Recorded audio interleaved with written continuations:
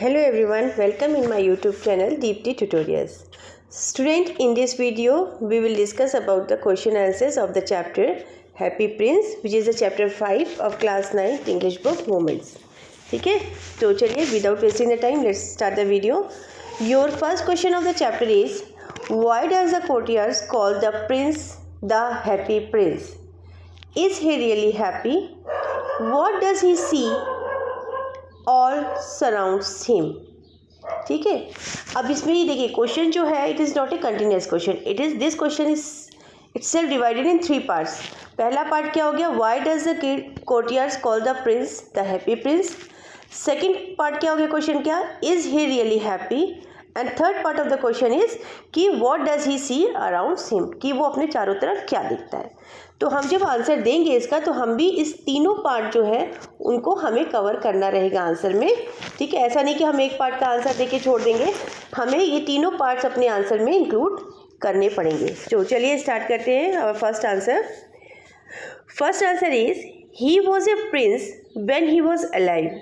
Being a prince he never knew sorrow and sufferings, so the courtiers called him the happy prince. ठीक है, क्यों? क्योंकि वो Prince थे, उनने कभी ज़िंदगी में दुख तकलीफ देखी नहीं थी, इसीलिए वो हमेशा अपने जो प्रिंस के रूप में वो जिंदा थे तब वो हमेशा खुश रहते थे, इसीलिए सब लोग उन्हें क्या कहने लग गए, happy prince. But he was not happy in real senses, पर वो सच में खुश नहीं थे. As his heart could feel the misery of need of people, because he was a quite soft-hearted person, so miserable condition of people affects him lot. ठीक है, लेकिन जब वो उनकी डेथ हो गई, वो पुतला बन के खड़े हुए, जब उन्होंने लोगों के दुख अगल बगल अपने इतनी दुख तकलीफ देखना चालू कि लोग कितनी परेशानी से अपना जीवन निकालते हैं, तो वो परेशान हो गए, उनको दुख रहने लग गया और वो काफ़ी तकलीफ में आ गए. जो कि पहले बहुत हैप्पी थे, बट अब in the real sense he was not the happy prince. Second question of the chapter is, why does the happy prince send a ruby for seamstress. What does the swallow do in seamstress house, कि क्यों भेजा था happy Prince ने Ruby उस सिमिस्ट्रेस के पास, और जब सिमिस्ट्रेस के घर वो स्वेलो पहुंची तो उसने वहाँ पे उनके घर पे क्या किया. Your answer is, the seamstress was a old lady and she was tired due to hard work. जो सिमिस्ट्रेस थी वो कैसी थी, वो एक बूढ़ी औरत थी और वो बहुत ज़्यादा हार्ड वर्क या लगातार मेहनत करने के कारण बहुत ज़्यादा थक गई थी. She was so poor she could not buy oranges for her son, और वो इतनी गरीब थी कि वो अपने छोटे से बच्चे के लिए संतरे तक नहीं खरीद सकती थी. The prince feels sad for her, then he send swallow to give ruby to that old lady. फिर प्रिंस ने जब उसको देखा तो वो उसके लिए बहुत परेशान हो गया, बहुत दुखी हो गया, और उसने क्या डिसाइड किया कि जो उसकी तलवार में रूबी लगा है उसने वो चिड़िया से बोला, ये रूबी निकालो और जाके उस बूढ़ी औरत को दे दो. Swallow laid down Ruby on table. ठीक है, बिसाइड्स हर यानी किसके, जो ओल्ड लेडी थी जो काम करते करते उसी टेबल पे सो गई थी, उसी के बगल में ले जाके उस चिड़िया ने वो रूबी को रख दिया. And then he fanned on the forehead of her son which comforts him.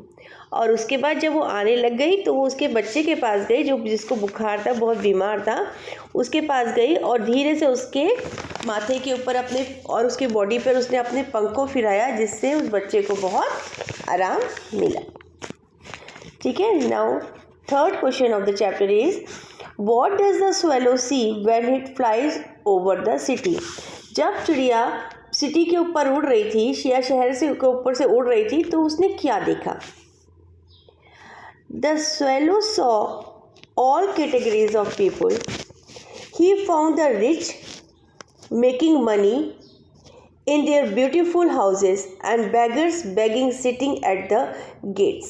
ठीक है, he also saw a group of wandering children who were poverty strikers. They don't have clothes to wear and food to eat.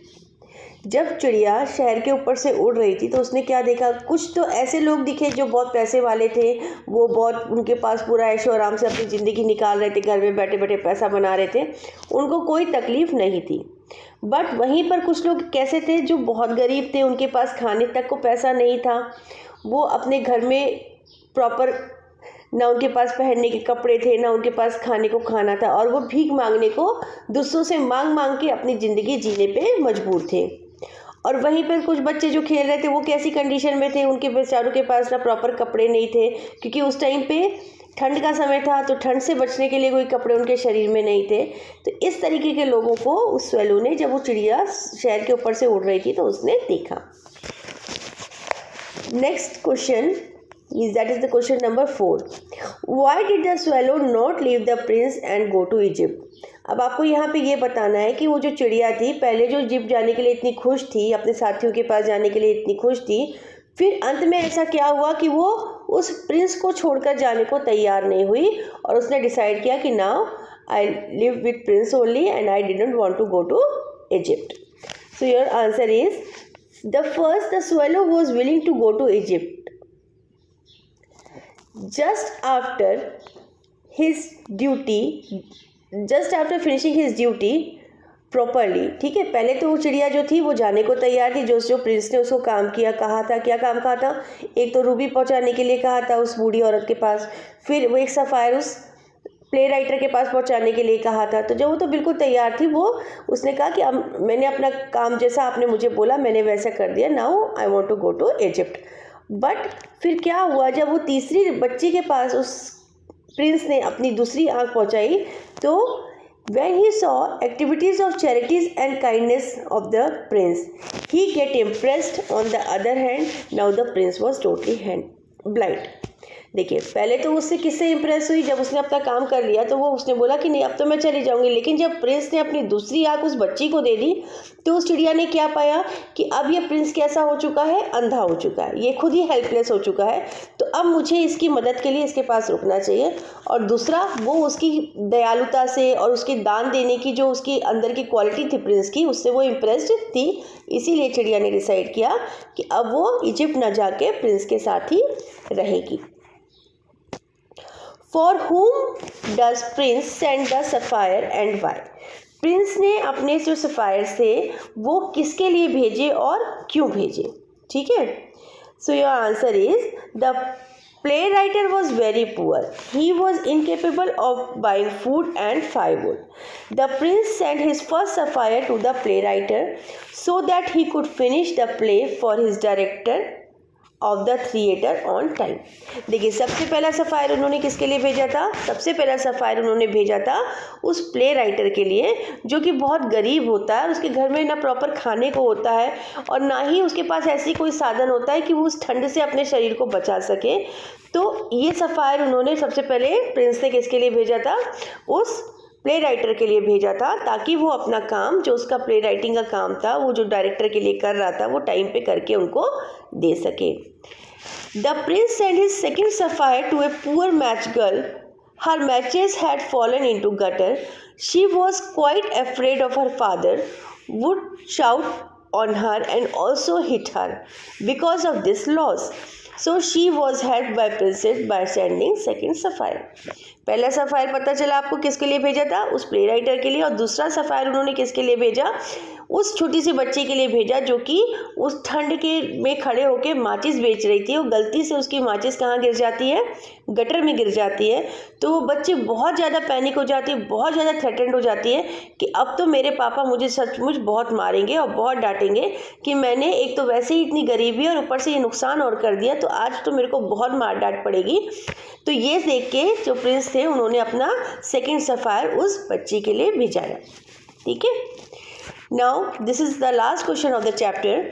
What are the precious thing mentioned in the story? Why are they precious?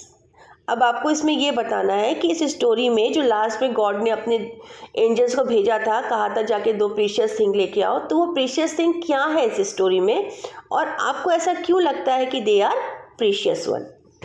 Your answer is the lead heart of Prince.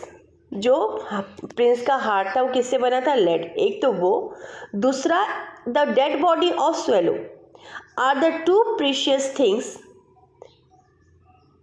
Mention in the story. First of all क्या precious था? एक तो उस Prince का heart और second उस swallow की dead body. क्यों? अच्छा, ये आपको पता चल गया क्यों, क्या प्रीशियस था, वो क्यों प्रीशियस था, दिस ये जानते हैं। They are precious because they did various deeds for the welfare for the peoples and even they sacrifice their lives for sake of others.